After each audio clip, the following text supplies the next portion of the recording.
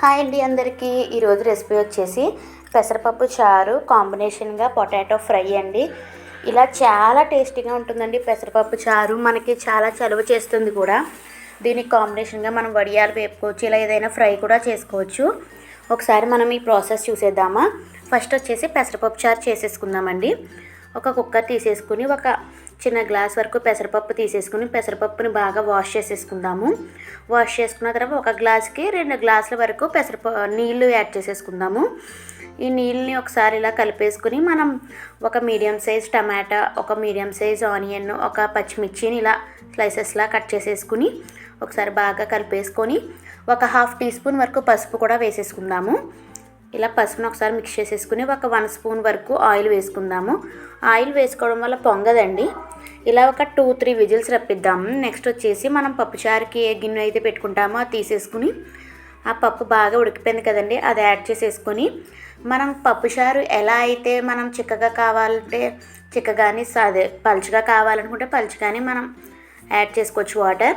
Next వచ్చేసి రుచికి సరిపడా సాల్ట్ వేసేసుకుందాము.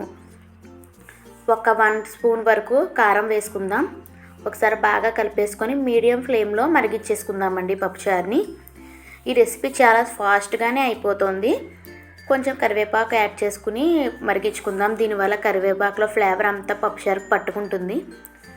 ఇలా 10 మినిట్స్ వరకు మీడియం ఫ్లేమ్లో బాగా మరిగించేసుకుందామండి.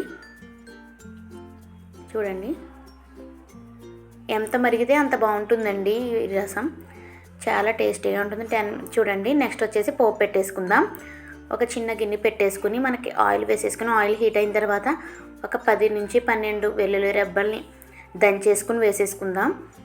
ఇది బాగా కలర్ చేంజ్ అయ్యే వరకు వేగిపోయిన తర్వాత మనం ఆవాలు, జీలకర్ర, ఎండుమిర్చి, కరివేపాకు, కొత్తిమీర కూడా యాడ్ చేసేసుకుందాము. కొత్తిమీర కూడా ఇలా ఫ్రై చేసుకుంటే బాగుంటుంది. దాని ఫ్లేవర్ అంతా ఫ్రై అయితే బాగుంటుంది ఆయిల్లో. ఇలా ఒక నిమిషం పాటు బాగా వేపేసుకుందాం పోపు అంతా. ఇంగో ఉంటే యాడ్ చేసుకోవచ్చండి, యువర్ చాయిస్. ఇలా బాగా కలిపేసుకొని మనం పప్పుచారు వేసేసుకుందాం. ఒక గరిట 2 గరిటెల వరకు వేసేసుకుందాము. ఒకసారి బాగా కలిపేసుకొని ఈ పోపు అంతా కూడా మనం ఈ పప్పుచారులోకి యాడ్ చేసేసుకుందాం. ఇలా బాగా కలిపేసుకున్న తర్వాత మనకి ఈ పప్పుచారు రెడీ అయిపోతుంది. నెక్స్ట్ వచ్చేసి మనం పొటాటో ఫ్రై ఎలా చేసుకోవాలో చూసేద్దామా. ఇది కూడా చాలా సింపుల్ అండి. ఆనియన్ లేకుండా, పచ్చిమిర్చి లేకుండా జస్ట్ బంగాళదుంపలే ఫ్రై చేసేసుకుందాం. ఇక్కడ ఒక 4-5 వరకు చిన్న బంగాళదుంపలు ఇలా కొంచెం పెద్ద ముక్కలుగానే కట్ చేసుకోవాలండి. మరీ చిన్నవి కట్ చేసుకుంటే అంటికిపోయే ఛాన్స్ ఉంటుంది కదా. నెక్స్ట్ వచ్చేసి మనం నాన్ స్టిక్ ప్యాన్ అయితేనే ఫ్రైకి బాగుంటుందండి. ఐరన్ కడాయి అన్నా తీసుకోవచ్చు. ఒక 2 స్పూన్ల వరకు ఆయిల్ వేసేసుకుని ఆయిల్ హీట్ అయిన తర్వాత ఒక 1/2 టీ స్పూన్ ఆవాలు, 1/2 టీ స్పూన్ జీలకర్ర వేసేసి అవి వేగిపోయిన తర్వాత మనం ఈ వాటర్ అంతా తీసేసి బంగాళదుంపలను యాడ్ చేసేసుకుందాం. ఇలా వేసేసుకున్న తర్వాత మనం లో ఫ్లేమ్లో పెట్టి ఫ్రై చేసేసుకోవాలండి. హై ఫ్లేమ్, మీడియం ఫ్లేమ్ కూడా అవసరం ఉండదు. ఓన్లీ లో ఫ్లేమ్లోనే పెట్టుకోవాలి. ఇలా ఒకసారి కలిపేసుకొని మూత పెట్టేసి మగ్గిచ్చేసుకుందాం. నాన్ స్టిక్ కాబట్టి మనకి మాడిపోయే ఛాన్స్ కూడా ఏమీ ఉండదు పెద్దగా. అప్పుడప్పుడుగా ఒక 1 మినిట్కి ఒకసారి అలా తీసి మనం కలిపేసుకుని మళ్ళీ మూత పెట్టేసి ఫ్రై చేసేసుకుందాము. ఇలా ఒకసారి కలర్ చేంజ్ అవుతుంది అని అనిపిస్తుంది కదా మనకి. మళ్ళీ ఒకసారి ఇలా కలిపేసి మూత పెట్టేసి మగ్గించుకుందాం. ఒక 2 మినిట్స్ తర్వాత మళ్ళీ చూద్దాం. ఒకసారి బాగా కలిపేసుకొని చూడండి, కొంచెం కలర్ చేంజ్ అయింది కదా, చిన్నగా కూడా అతుక్కుంటుంది. ఈ స్టేజ్లో ఉండగా మనం పసుపు, ఉప్పు వేసుకుందాము. ఒక 1/2 టీ స్పూన్ వరకు పసుపు, ఒక 1 స్పూన్ వరకు సాల్ట్, మన రుచికి తగ్గట్టుగా సాల్ట్ కూడా యాడ్ చేసేసుకుని మళ్ళీ ఒకసారి బాగా కలిపేసుకొని మగ్గిచ్చేసుకుందాం. కొంచెంగా సాల్ట్ కూడా వేస్తున్నాను ఇక్కడ. ఈ సాల్ట్ కూడా ఒకసారి బాగా కలిసేటట్టుగా కలిపేసుకొని లో ఫ్లేమ్లోనే చేసుకోవాలండి ఈ ఫ్రై అయితే మాత్రం. ఇలా ఒకసారి కలిపేసి మూత పెట్టేసి మగ్గిచ్చేసుకుందాం. ఒక 2 మినిట్స్ తర్వాత మళ్ళీ ఒకసారి చూద్దామా. ఇలా ఒకసారి బాగా కలిపేసి ముక్క ఉడికిందో లేదో ఒకసారి చూడండి. నాకైతే కొంచెం పర్ఫెక్ట్గానే ఉడికిపోయింది. ఇలా ఒకసారి పైనుంచి కిందకి మరీ ప్రెస్ చేస్తున్నట్టుగా మాత్రం ఫ్రై చేయకూడదు, ఎందుకంటే మెత్తబడిపోయే ఛాన్స్ ఉంటుంది. ఇలా ఒకసారి స్లోగానే టర్న్ చేసేసుకుందాం. ఒక 2 మినిట్స్ తర్వాత బాగా కలిపేసుకొని ముక్క ఉడికిందో లేదో ఒకసారి స్పూన్తో చెక్ చేసేద్దాం. చూద్దాం. ఇక ఒకటి తీసుకొని ఇలా స్పూన్తో ఇలా నొక్కితే మనకు తెలుస్తుందండి ఉడికిందో లేదో. చూడండి పర్ఫెక్ట్గానే ఉడికింది కదండి, చాలా సాఫ్ట్గానే. ఇలా ఒకసారి బాగా కలిపేసుకొని మనం ఇందులోకి స్పైసెస్ యాడ్ చేసేసుకుందాం. ఇలా స్పైసెస్ కూడా యాడ్ చేసేసుకోవాలి.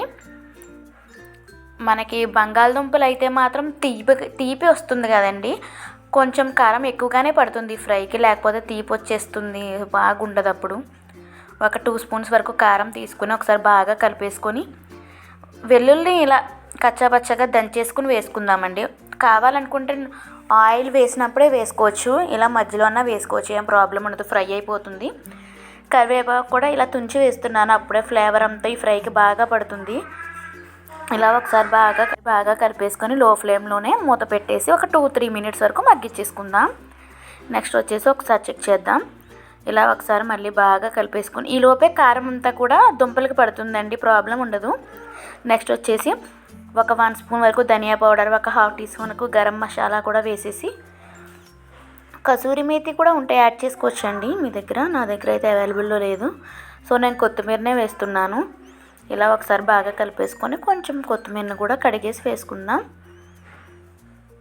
ఒకసారి ఇలా బాగా కలిపేసి మూత పెట్టేసి ఒక 5 మినిట్స్ వరకు ఇలానే ఉంచేద్దాం. ఇలా పెట్టేసుకున్న తర్వాత బాగా కలిపేసుకుందాం. మళ్ళీ ఒక 2 మినిట్స్ తర్వాత చెక్ చేసుకోవచ్చు.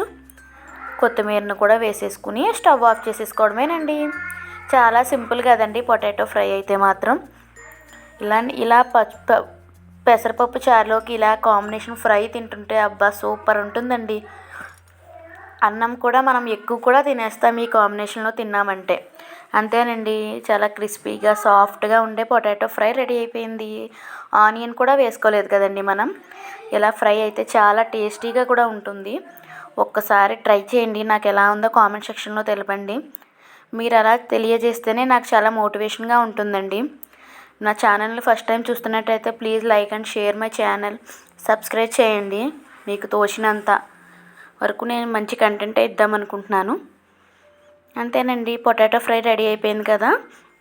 ఇప్పుడు ఈ పెసరపప్పు చారు ఇది ఉంది కదా, ఈ ఫ్రైని అన్నంలో వేసుకొని తిన్నామంటే అబ్బా, కొంచెం వేడివేడి రైస్లోకి కొంచెం నెయ్యి యాడ్ చేసుకుని ఈ చారు వేసుకొని తిన్నామంటే అబ్బా సూపర్ ఉంటుందండి. ఒకసారి మీరు కూడా ట్రై చేయండి.